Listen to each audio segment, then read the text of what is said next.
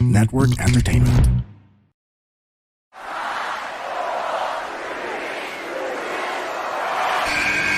Who's ready for story time? What's going on? This is Xavier Woods, aka Austin Creed. Let me talk to him.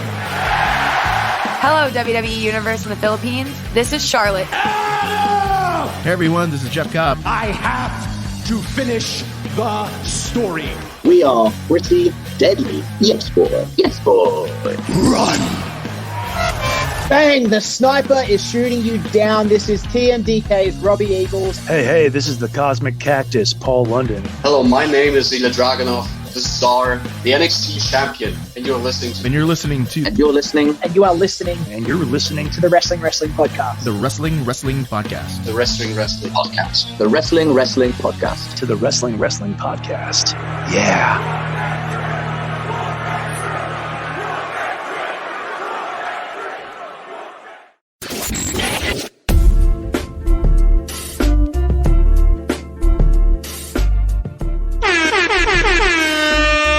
You're listening to the longest-running weekly episodic Filipino wrestling podcast. This is the Wrestling Podcast. Stan C, Romoran, and Emile Nate checking in on an audio-only Picks of the Week episode. It's been a while. Wala tayong live stream last week kasi sobrang busy nating lahat. So, babawi tayo. We have a lot to talk about from weekend reactions and syempre yung favorite matches natin from the past week. But let's check in with one another. How are you, Emile?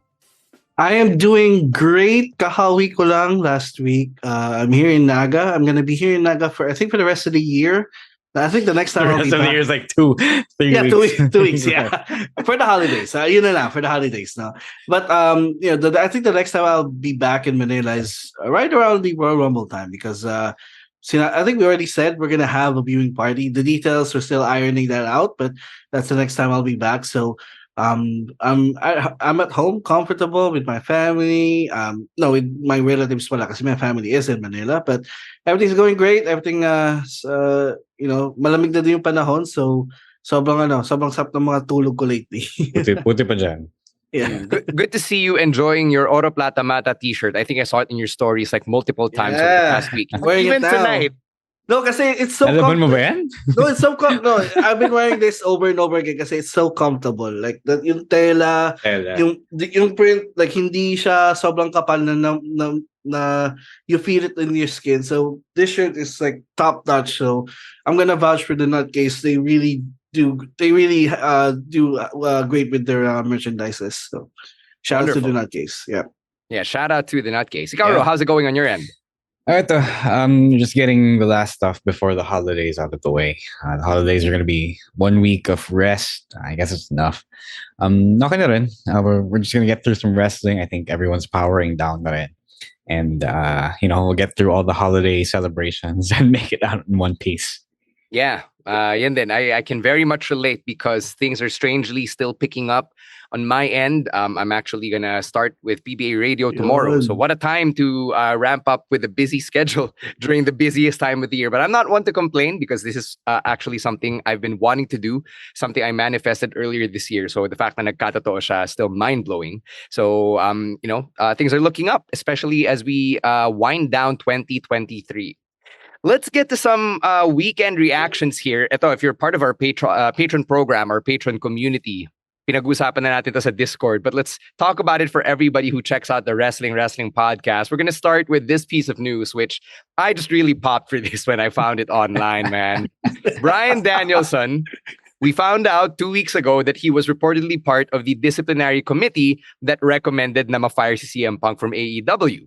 In the week since, may lumabas din na balita na he's also part of a committee that has fined at least 1 to 2 AEW stars for their social media activity. So, minultahan niya yung mga AEW wrestler na nagparinig sa social media. Sounds family yan ah. That's pretty great. The problem with AEW talaga, and a lot of wrestling companies na rin, sometimes WWE has this problem. I don't know kung na-solusyonan nila before, but I don't see much in the way of personal shots being thrown by WWE superstars. For AEW has a freewheeling loose mouth, loose tongue problem. It's normal for a young company kasi we're in the social media age. Tapos a lot of promoters don't really know how to deal with that. So ngayon, before this, there were a lot of backhanded comments. Yung parinig, yun nga sabi mo. I've been noticing it over the years, lalo na when people were bored in their hands during the pandemic. People like Britt Baker are nagpaparinig online. They're just really snarky. So yun nga, Bryan Danielson has been tasked to find people who step out of line on social media. So there is kayfabe work on social media. That's totally fine. Sometimes it can go overboard, but you can still claim kayfabe and then get away with it. Sometimes it's beyond kayfabe. Sometimes it's matters that should be kept within the house ng kumpanya. And that's when you should lay down the law and tell people na you work in this company and we can't have you, talk like that in your public social media account. Kasi while it may be entertaining to some fans, it doesn't set a good example kasi may mga bagay naman na pwedeng idaan in private, like talk to your boss and stuff like that. Sometimes maybe it doesn't work, sometimes. There are times where Britt Baker has been complaining about booking and social media. I get it, yeah. She's right in some instances, but you do have to nip it in the bud when it comes to the public complaining. Kasi it really isn't a good look when your employee is trashing your company in the open and then you're not doing anything about it. So okay, yan. There are some people who've been complaining. Why does Bryan Danielson, an active wrestler, get to discipline his coworkers? Diba? This guy has been named by Tony Khan as his potential right-hand man if something should ever happen to him, diba? And I think Bryan has also earned the credibility as a voice of reason, as the adult in the room, as one of the adults in the room. Because he's been in the business for so long and he's been the face of a company at certain times. So I think mabuti naman siyang tao. He's proven din naman na he's not one of those hotheads or people that make attitude problems. He's really an easygoing guy, and I think if there's anyone who knows better between right or wrong, when it comes to behavior backstage, I think it would be Bryan Danielson. So yes, it's on paper, it's not a good look that a wrestler is disciplining his fellow wrestlers, but I can't see no better guy than him.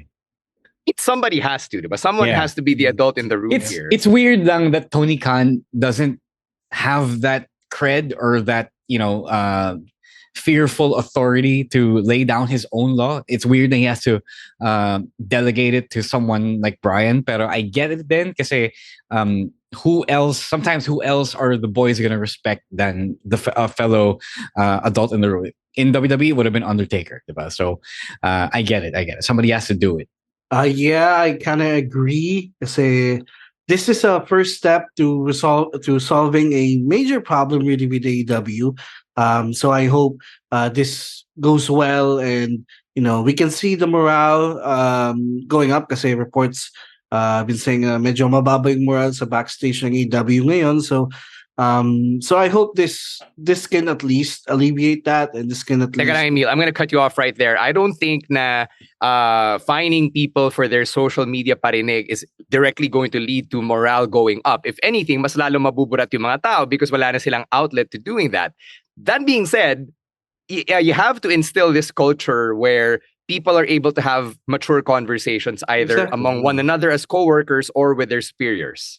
Yeah, that's where I'm going at. Kasi now wrestlers need to realize na in order for their work environment to be better, they need to have open communication with their superiors, with their boss. If they have something that they want to get off their chest, TK has to open that door for them to para kausapin siya kung may problemas. Para at the end of the day, if everything gets resolved, okay na, wala na problema, no. And natawa lang ako because TK also had those moments where he should be fined as well. Exactly. Like that, like ngayon you're gonna find someone, find him.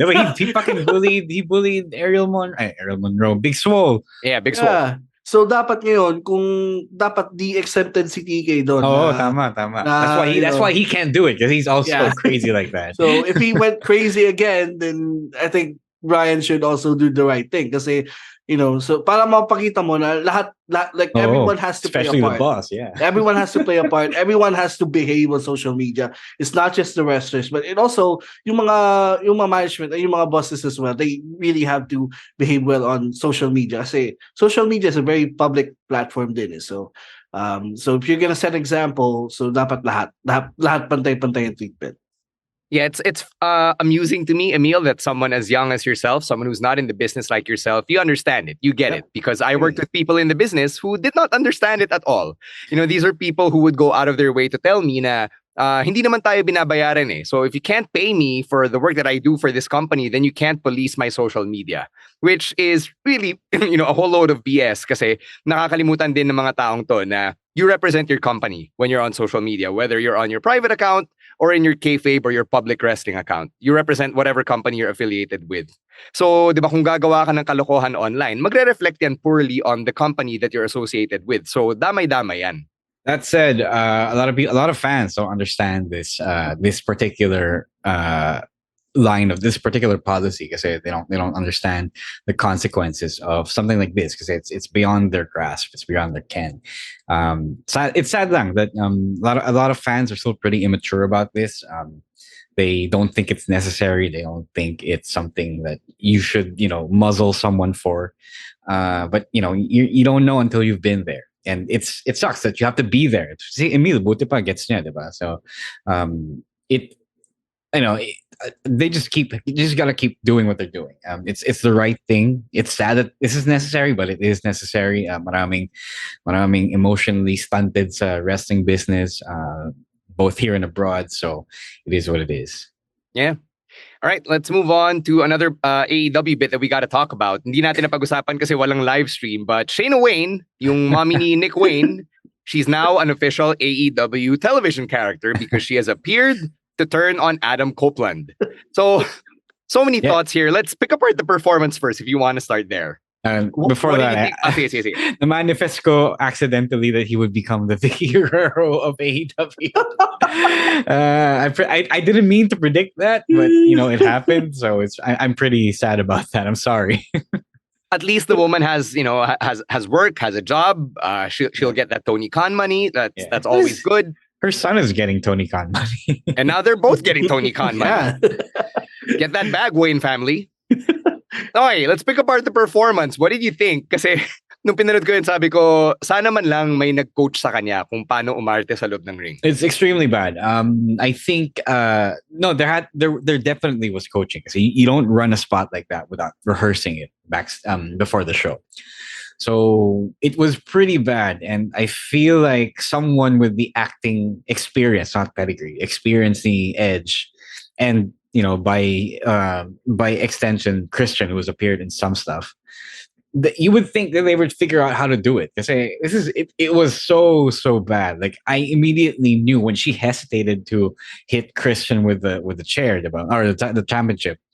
Alam ko na may turn, and it's not just because I've been watching this industry for so long that I know the tropes, but it was super telegraphed, and it was just so bad because they couldn't find a way to teach her how to make it convincing. Because all you got to do is choreograph that shit down to the last beat of your acting, diba? And they didn't do it.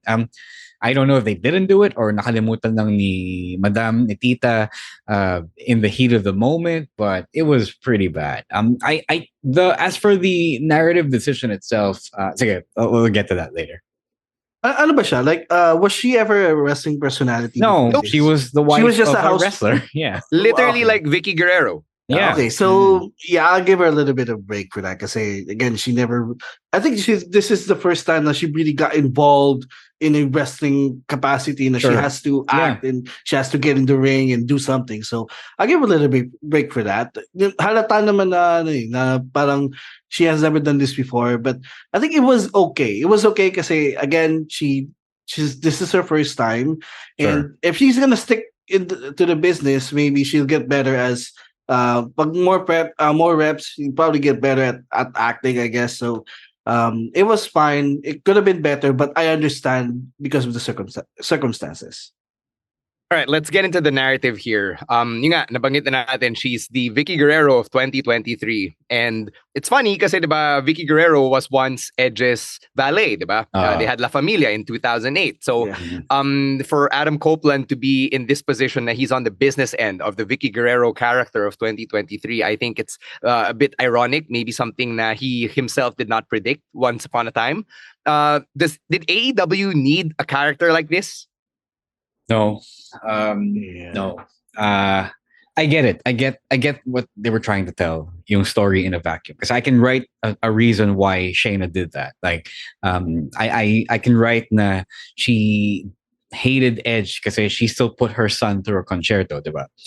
That part is justifiable. Pero it felt like whoever had this idea, parang they stole from the Bloodline playbook.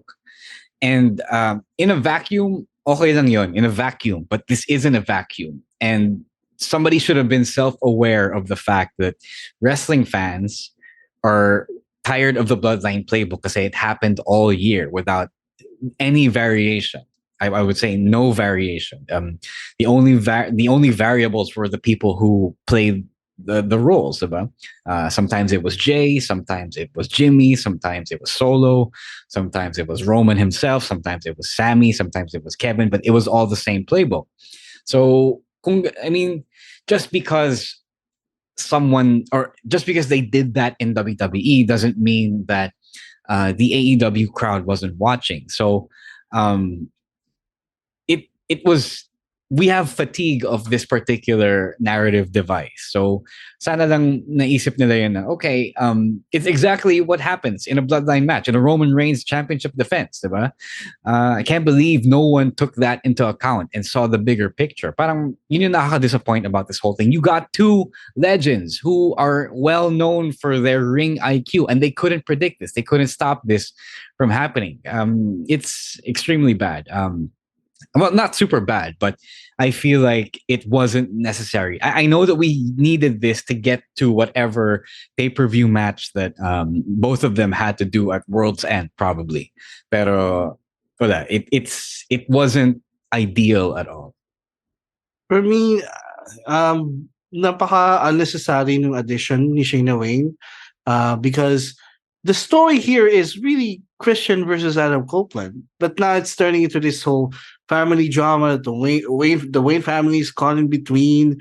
So, like, okay na ako dun sa Adam Copeland versus Christian Cage. Mas may ano na yun eh. May gravitas na yung story. They don't really need to add this external pieces to the story because if you know the history about these two, and you know they already explained it naman on AEW television, okay na yun eh. They could have just run with it. Like, if this is gonna be maybe like a short, temporary, week or two thing, it's fine. But if it's gonna be the center of the story, it's depende pa kung how they would run with this. But right now, I'm okay with the feud being just centered on two former best friends that are fighting for the TNT title. Okay na yun eh. So. Devil's advocate, isn't the idea na Christian is such a smarmy and chicken shit heel na he needs to have rest back against Adam Copeland because he knows at the back of his head na Adam is better? Yeah, I mean, that's fine. Yeah. I wish it was Killswitch. I wish it was Nick himself. Yeah. Just not this, because this is how they did the Solo debut, Clash at the Castle. So, for me, it's a disappointing lack of self-awareness. Kasi naisip nila dapat to nakita natin to a million times before this year. And that is a basic philosophy of how you put a show together in wrestling. Kasi you don't repeat as much as possible the same finishes in the same show. It's just in a macro perspective here, in a super zoomed out. It didn't land, I think, the way they wanted it to. And I think it wasn't supposed to land the way anyone wants it to, though. Diba? So it's I guess, in a manner of speaking, if you wanted the heel heat, okay lang. Pero, alam mo yun, it also, I also wish they just tried to be creative with it instead of shoehorning her into the feud. One last thing about Shayna Wayne being involved in this story now. I saw the memes from wrestling Twitter right after the turn, and people were like, live sex celebration, which obviously is not going to happen in the year of our Lord 2023. But I'm not going to lie, there's an immature part of me that's like, sana magmomol man lang sina Christian and Shayna Wayne. Kaya naman yan. Yeah. I mean, I don't know if Christian would do it because he's also married, but there's always the clause now. I'm an actor. I'm playing the role of Christian Cage. So if Christian Cage, the character, and Shayna Wayne were to torrently make out on screen, I would just laugh. I'd be all here for it. All right, let's go to NXT Deadline, which happened over the weekend. Yun yung PLE natin for this week. Macro view tayo. Did the PLE meet your expectations heading into it? Well, expectations of okay wrestling, yeah, sure. I wasn't expecting anything mind blowing. So okay naman, wasn't bad. Yeah, it was great for what it is. I mean, and I like that, yung mga event, yung mga NXT special events kasi they're more focused on the title fights and the championship matches. Pero this one, because of the parang may added spectacle with the Iron Survivor matches. So yung focus parang nawala sa mga champions, diba? So although the main event was still the NXT Championship, but that wasn't the hook of this event. It's the two Iron Survivor Challenges matches, which both of them deliver. We're gonna actually talk about the men's one on the picks of the week, but overall it was okay. It was actually a great endpoint to NXT this year, which I thought NXT really bounced back big time this 2023 after, not really the disappointment, but people parang na-off lang yung iba with the NXT 2.0 thing, and now they really bounced back big time this year with a mix of the black and gold NXT and the creativity of the 2.0, and this is now the NXT that we're getting, probably the best weekly TV show in wrestling right now. So that was a great way to cap off a great 2023 for NXT. Emile, you mentioned the highlight were the Iron Survivor challenges, and I actually agree there. So what do you guys think about the crowd just not being as hot for Ilya Dragunov versus Baron Corbin? Because I felt like coming out of the men's Iron Survivor challenge, parang medyo na-deflate na yung Bridgeport, Connecticut audience for Ilya and Baron Corbin. Yeah, I think it was because the story wasn't that great.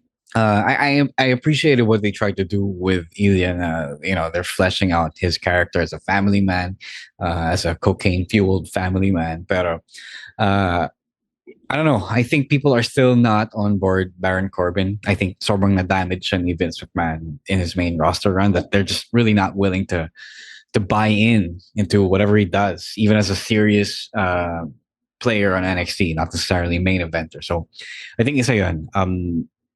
It was weird because it wasn't a bad match. I enjoyed it. They just weren't cheering for it. They just weren't reacting to it at all, and that really sucks. That's why I was surprised na nag-main event yung match na yun. Because it has to. It's a top championship. I mean, last year, the NXT title did main event the last year's deadline. But still, people were more excited kasi with the Iron Survivor than the title match. I had heading in. Yun na-feel ko eh. And, I think the men's should have main evented, in my opinion. Yeah. Survivor Series matches don't main event Survivor Series either. So, hindi siya necessary that the gimmick match goes on last over the top championship. Mm-hmm. Right, that's a fair point. Sabi mo rin kanina, Emile, na it was a great way to cap off 2023 for NXT. And coming out of Deadline, did you feel like any new stars were really built this year, or that there's someone na parang, okay, eto na, this is going to be the guy or the girl for NXT in 2024? Kalani Jordan, for me. What a performance. Even though siya tayo may pinaka-onting points. But yeah, she had 0. Yeah, but she was really impressive. Yeah. She was really impressive, and I think nasabi ko na to then in a past episode that I've been a big fan of Fallon Henley, and I'm glad that she's getting the spotlight now. So also Fallon Henley, big fan. Some men's side naman, I think Trick even became an even bigger star now than he was, because the crowd really popped for Trick Williams in that comeback, in that Tracy McGrady comeback, which again we'll talk about a little bit. So again, those were the ones that really shined for me in both of those Iron Survivor matches. Oh, it's Trick Willie. Trick Willie is my guy. I think when they started pairing Carmelo Hayes with him, I really focused on Trick Willie. I knew it was a matter of time before they built him from the ground up. And happy ako sa kanya kasi they took him as the developmental project. The guy didn't really do the indie route and made him into a competent star. If anything, for me, must may upside see Trick Williams because I feel like Carmelo Hayes is him in the ring, but his character isn't all there, really. To me, parang pilit na pilit yung franchise player gimmick niya. And he isn't super comfortable talking the way he does.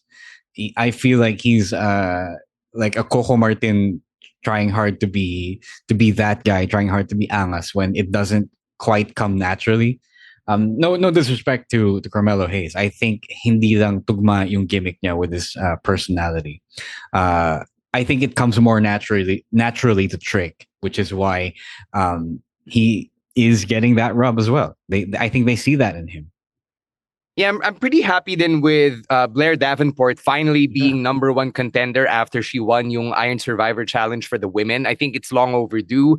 And, as early as last year, diba nung kalaban niya sina Meiko Satomura and Mandy Rose, I was calling for Blair Davenport to finally be women's champion. So I don't know why it took another year for her to get to this point, but we're finally here. And it's high time na we finally see the potential of a Blair Davenport as a top star on NXT. Yeah. I think may na damay lang siya ng pila. So, I don't think they're not doing the hot shot thing in NXT right now. All right, so those are our thoughts on NXT Deadline as a whole. If you want to get your thoughts in as well, you know where to find us on Twitter and on TikTok. It is at Wrestling2XPod. We'll take a break. When we come back, our picks of the week. But first, a quick word from our other podcasts on the Pod Network. Let's get to our picks of the week. We're going to start with yours, Emile. All right, so my pick is from SmackDown, and it's the CM Punk promo from SmackDown. A lot of things to talk about with this one. I like that he acknowledged the people's reaction nung promo niya on Raw previous week, where people are saying na it's not genuine. Parang it's not the CM Punk that we know. And then he said, "Oh, he's gonna. You want the CM Punk that you know and love, and here it is. I'm gonna give it to you here tonight." And he delivered. I mean, he put over so many of the current stars there. Parang he teased a lot of potential matchups. Kasi as of SmackDown, he was still a free agent, diba? He was still trying to pick where he wants to go, and even teased going to NXT there. So I think that was a much better promo than the first one. I feel like he's much more comfortable now than he was nung first week niya, after he came back. He's much more comfortable now on the mic. And I just gotta say, I saw a lot of people who, like CM Punk, when he made the joke on Kevin Owens and punching people backstage, a lot of people, there's a lot of reactions towards that. But let me just say, it doesn't mean the WWE crowd or WWE fans doesn't know what's happening. It's just that I felt like the crowd didn't really get the joke because the crowd was filled with troops. Now, I don't think they are following backstage stuff. Dapat lang. They should be busy doing military stuff. Exactly. So, So people felt like it went over their heads and parang WWE fans are not really wrestling fans, which is kind of ridiculous. We will not get into that now. Yeah, we're not getting into that, but just this point that I'm making. So, but it was a much better promo. He was much more comfortable on the mic, and it was the CM Punk that I watched years ago. He didn't really go for the pot shots that much, which that was the thing that I really didn't like when in his last months in AEW. He just went into storytelling mode. He went into putting over a lot of these stars and teasing a lot of matchups. So that was a great promo. Bounce back promo from the one on Raw. I think it lied in the fact that he mentioned it at the top of the promo. He was slotted for the 9 p.m. hour, which is the start of the second hour. So meron siyang time to freewheel a little, and he did go like 12 minutes, about 10 minutes of the promo. And if you go on last, at the very last, and you have a set time on Raw, talagang wala kang time to do that. So, and at the same time, the first promo on Raw really is the setting the table promo that he's back. I think the promo that they did on this week's Raw should have actually been the I'm home promo. But I get why they say that for Cleveland kasi of the historical context of the city, of the town that they ran in. So okay lang yun. This promo was a cheat code for Punk. Cena does the same thing actually when he gets back. He'll disappear for a while and then he'll come back and then he'll run down the current people on the shows. It's the same thing. It's just that Punk is a lot more comfortable doing it. It was fun. It was entertaining. Yeah, sure. The Kevin Owens thing was funny. It's par for the course. Like it's as a cheat code. Punk does something like that, and the entire yung kulto niya will pop like crazy because he's returned to save us with his words that are as sweet as honey. So that's pretty much it. It was alright. I wasn't mad at it. It was. Yeah, I get why you picked it. But it wasn't anything groundbreaking for me. He advanced the plot. He said he was going after the WrestleMania main event, which is forever his story that was unfinished. At least for us who grew up in that time 10, 12 years ago, alam namin yun. So, okay, sure. That part was more interesting to me. I think I said before in AEW reviews that when Punk, and by extension, someone like Cody, is advancing his story with the promo, that's when it's best for me, and not when he's masturbating on the mic and taking pot shots and popping himself with his witty lines. Yeah, I'm gonna be on Ro's side here and say I didn't think that the SmackDown promo was anything special. If anything, lalo na if you compare it to Raw, which as of recording has already happened. Napanood ko na yung Raw promo. Yes, leagues and leagues above what he did on SmackDown. So you want to watch a CM Punk promo and you only have time for one, watch Raw. Forget the one nangyari ng SmackDown. To be fair, the only reason why it was good and noteworthy was because of the acknowledgement that he punched someone backstage. Yeah. The implicit acknowledgement. And you would know, you'd be surprised to know that there are still people who deny that story, even when he has acknowledged it himself. Diba? So, yun, we're going to spend more time talking about that promo on Raw, the showdown with Seth freaking Rollins, and how it sets up Rollins versus Punk for quarter one of 2024. So sa live stream na yun on Thursday, 7 p.m. on Facebook and on YouTube. But thank you, Emile, for sharing your pick with us from SmackDown. Staying on SmackDown. Ingat ka, baka tulakin ka backstage. Ito, SmackDown pa rin yung pick ni Rowan naman. It's from the US title #1 contenders tournament. Dragon Lee versus Santos Escobar. Basically a rematch from Survivor Series War Games. Very acrobatic and physical as you would expect, given the competitors involved. And he also enjoyed how it was a showcase of their skills and how it really made him have fun. He also liked na involved si Dominic, who medyo sort of aligned sila ni Santos. Kasi weeks ago, sabi ni Santos, Dominic was right.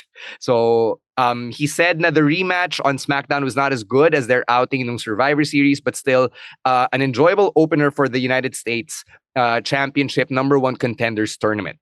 Sabi rin ni Rowan na he was fine seeing Dragon Lee lose to Santos again because it eventually led to Dragon Lee's own moment nung deadline when he won the North American Championship. Yeah, I get why it's not as good because they only got 6 to 7 minutes really, which is enough time. Pero syempre, it's not going to match up to a PLE match with which is I guess longer than that.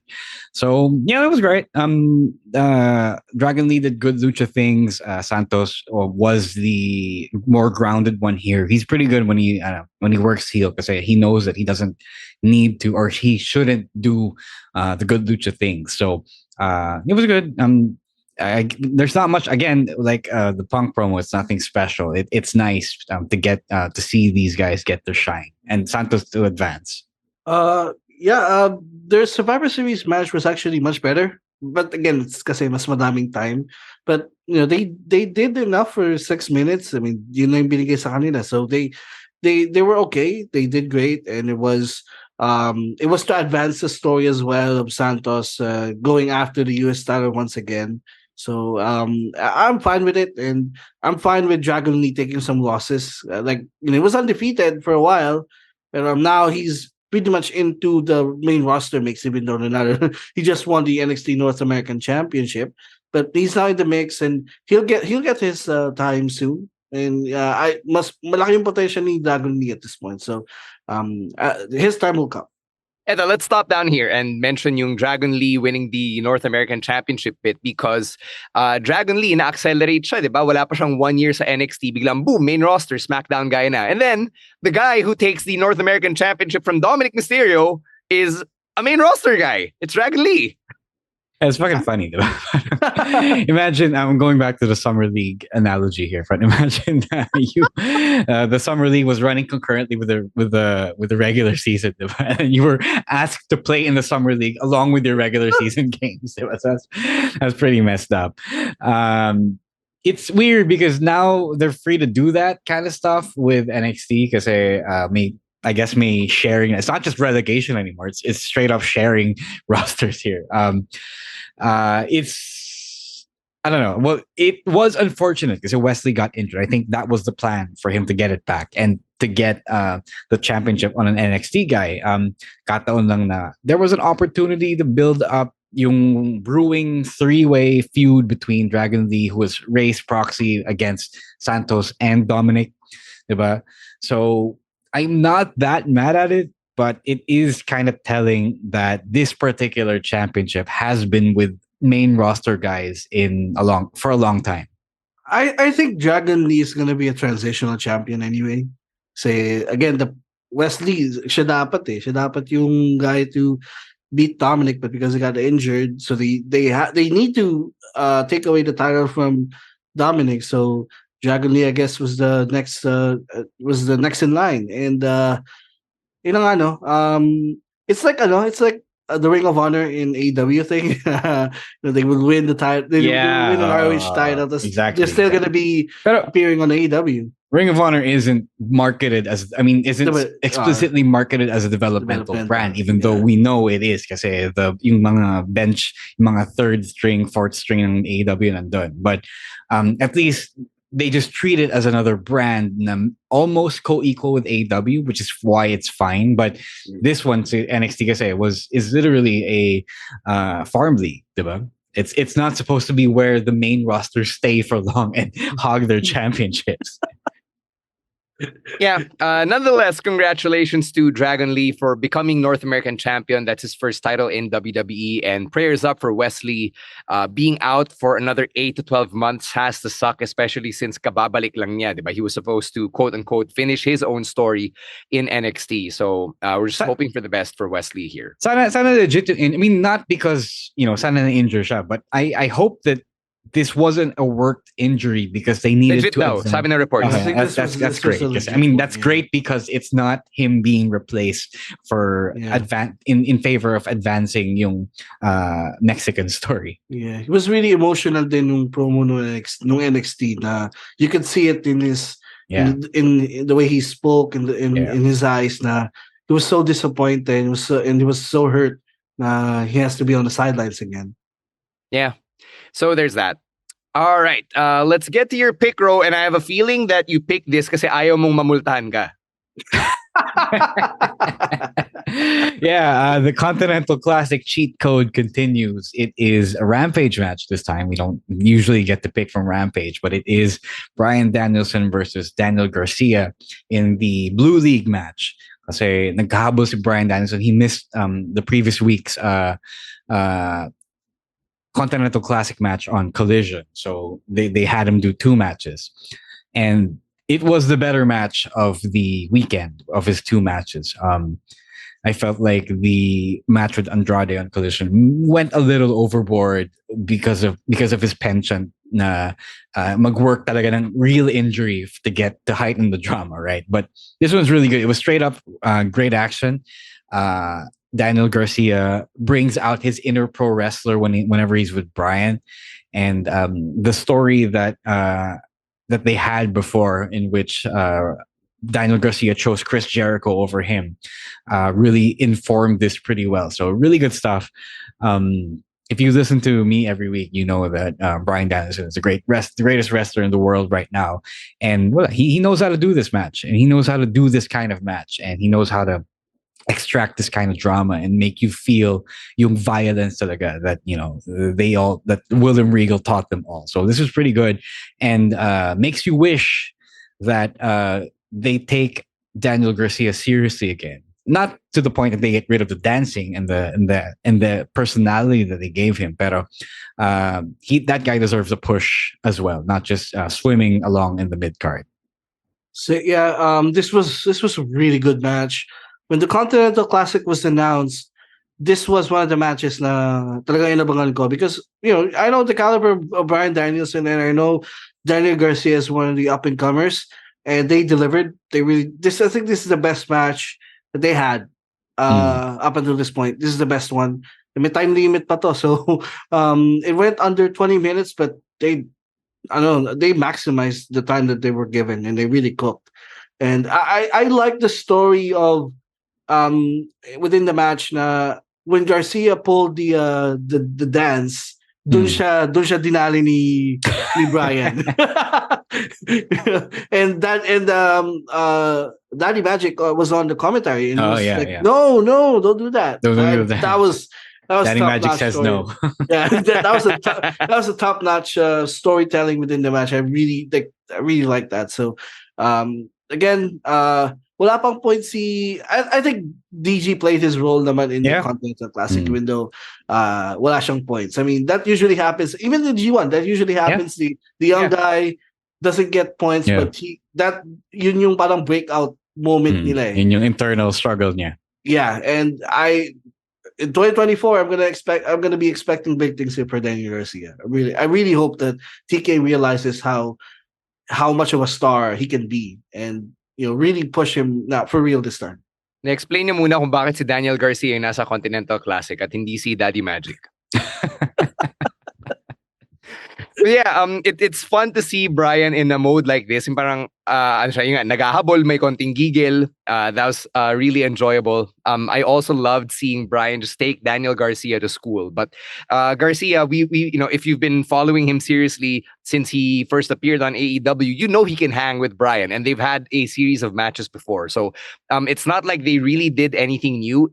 If anything, yung added wrinkle lang is mas may personality na ngayon si Garcia, as opposed to before na he was really just the Red Death guy na he was like a younger Bryan or a younger Kyle O'Reilly. At least now he has the dancing and the history with the JAS, the history with 2.0, diba? To add to yung performance niya as a shooter in the ring. So I like what they did with this. Really fun. And the best part is, none of us have to pay a fine. Kasi sabi ni Bryan, if a fine ka raw niya pag di mo pinanood tong match na to. Yeah, and he knows what he was doing. He knew that he needed to make Rampage a must-watch. So I appreciated that, because they don't usually get that. They don't usually do that for Rampage as much.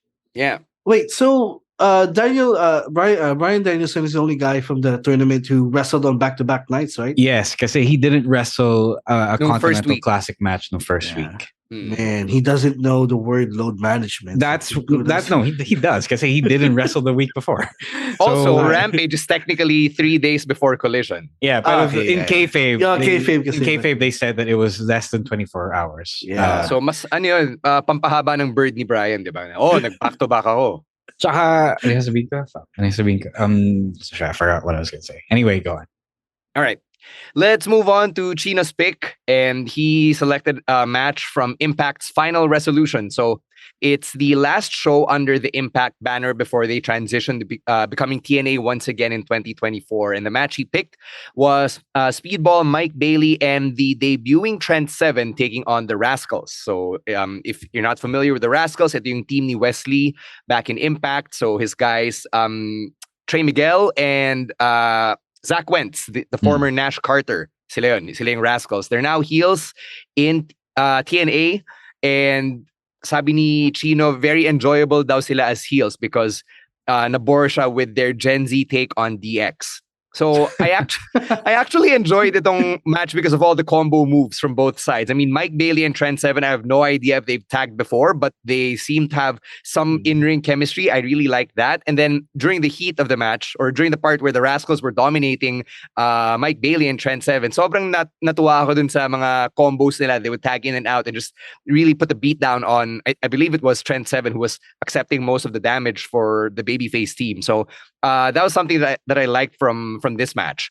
Apparently, after it ended, Scott D'Amore offered Trent 7 a contract, and I wasn't able to catch this part. Pero sinasabi ni Chino na there was a subtle cheap shot at NXT or WWE there. What do you think about that? I didn't catch it as well. I didn't know if it happened on the show, like Triple H offering Cedric. I didn't even offering, but acknowledging Cedric, or I don't know if it happened backstage, but I don't know. It's fine. I mean, it may long history of TNA taking shots at WWE. I know, right? For better or worse. Yeah, and it's one of those things. They did lose out on keeping Trent 7 because all 2 members of British Strong Style were there, and then they didn't see value in Trent 7. I kind of get why, but Trent 7 is pretty good. And sayang din. It's a nice pickup for Impact, for TNA. It's. I'm not mad at it. It's not bad.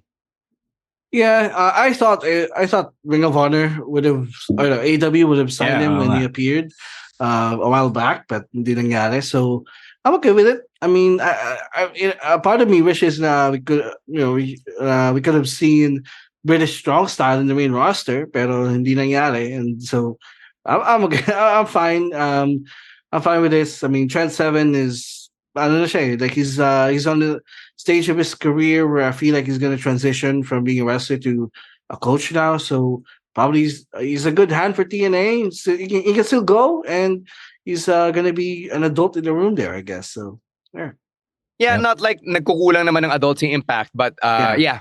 Impact is still a great place to work from most people who have spoken up about it. So it's great na they're stocking up on talent as well. Talent na may legit experience, the pedigree of having been in NXT or NXT UK or WWE. So that's really good stuff coming from Impact. And congratulations to the company for pulling off Final Resolution and being one step closer to getting back the glory days of the TNA brand. Ito na, yun yung malaking pasabog nila for 2024.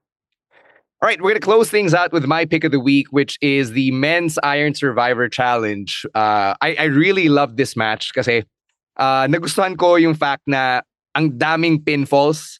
It's very video gamey. Yung tipong someone like Braun Breaker comes in, spear, naka 3 points siya bigla. Medyo nakakagago, but it's also something that I would realistically believe because he spent 15 minutes in the back stewing. So this guy is the freshest guy in there, diba? And hypothetically, if like it's a video game, you could have spammed him with finishers para pagpasok niya, spear, diba? So like that made sense. Bugbog na rin mga kalaban niya. Easy way for him to pick up the points. And if you weren't rooting for Braun Breaker, it would have been easy heat on Braun. Kasi you're like, screw this guy. Ang daya niya, naka 3 points siya agad. I want someone else to win. So it raised your rooting interest agad in all of the other characters, whether it was Josh Briggs or Tyler Bate, Trick Williams, or crap, I forgot the other person. Dijak. Yun, Dijak, thank you. Dijak, speaking of Dijak, my gosh, the guy really had another standout performance. And I'm at a point where I'm asking myself, when does Dijak get his break? Because this dude just keeps getting beat down, keeps dishing out punishment, and yet, he's just there. Parang I want more for Dijak. I think he's in the Blair Davenport holding pattern din na stuck din sa pila. And then there was the Tracy McGrady moment ni Trick Williams, as you alluded to, Emile. Natawa din ako, parang what the hell? In less than a minute, the dude was able to rack up 4 points. Can we just get into how silly and fun it all was? Kasi it's not like Super Darby Allin na it left a bad taste in my mouth. Hindi, parang natawa na lang ako. Parang, okay, I buy it. Yeah, it was pretty funny. I enjoyed this match because I wanted to see pins. I wanted to see falls because it was an Iron Man match at the end of the day, and I wanted to see them rack up the score and not go go the entire 25 minutes not scoring the way the women did. Because that's what I said in my review. I wanted a lot of pinfalls. I wanted to ratchet up the drama early on as possible, like have someone run away with the lead or whatever. And I think naging enjoyable for me yung Tracy McGrady outburst ni Trick Williams, so that was pretty fun.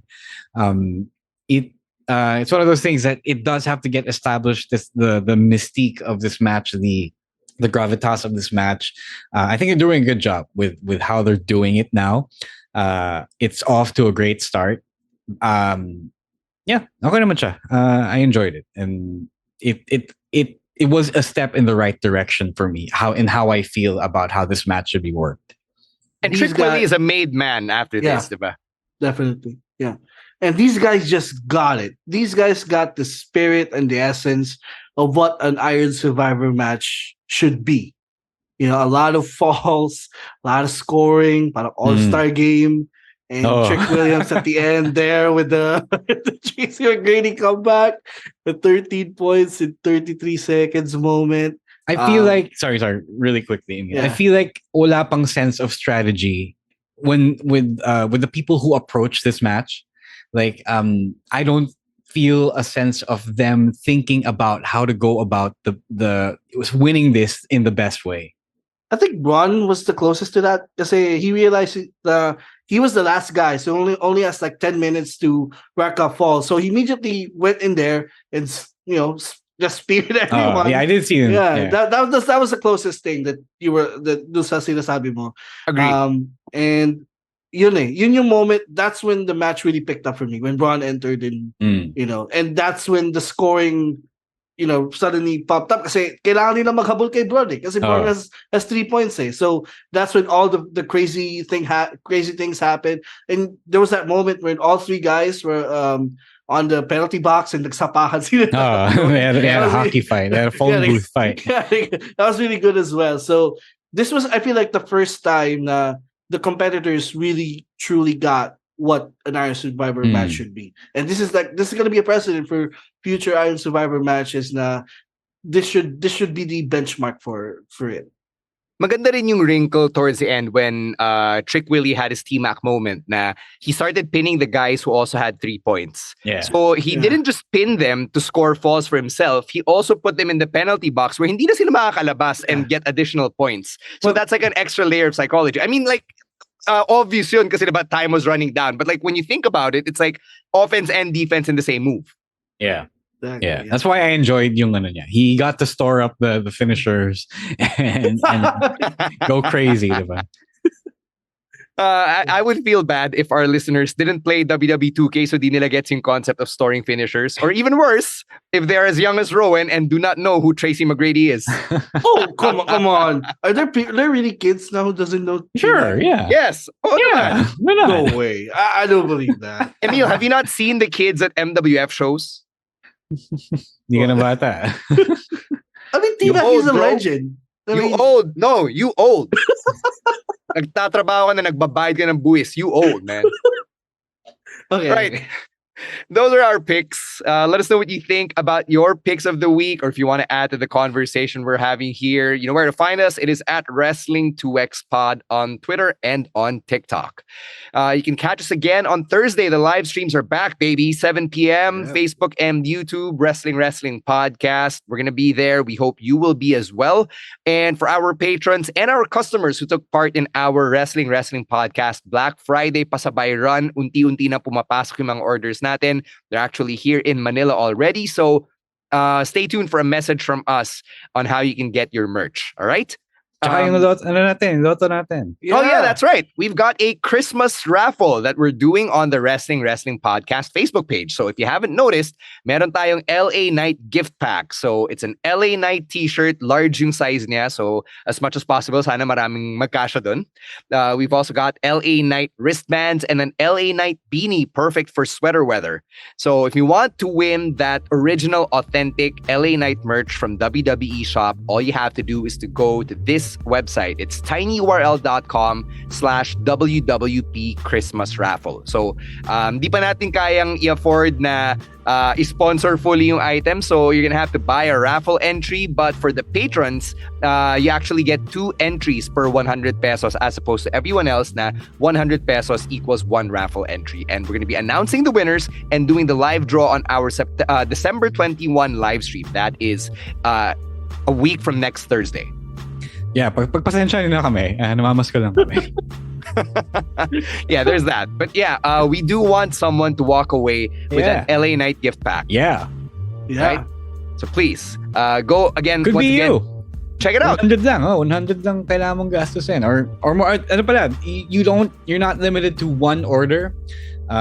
If you want to get more chances of winning, you can spend as much as you want, within reason, of course. I mean, we're not going to stop you, but syempre, if you want to beat the competition, that is the way to go. Like in any raffle promo. Yeah. So again, it's tinyurl.com/WWP Christmas Raffle. For as low as 100 pesos, you can actually get some authentic LA Knight merch. Yeah. Right. Follow us on social media at EML_Meister, at Monday Night Rowan, at Chino Supersized, at Roiswar, and at _Stan C. Thank you very much to babyface producer Jasper for doing everything that he does backstage for the podcast, and to all of the other babyface producers over on the Pod Network as well. As for us, we're out of here. See you on Thursday for the live stream. On behalf of Romoran and Emile Nate, my name is Stan C, saying stay safe, stay healthy, and don't be a dick. Wrestling Podcast out. Later, weirdos. Peace.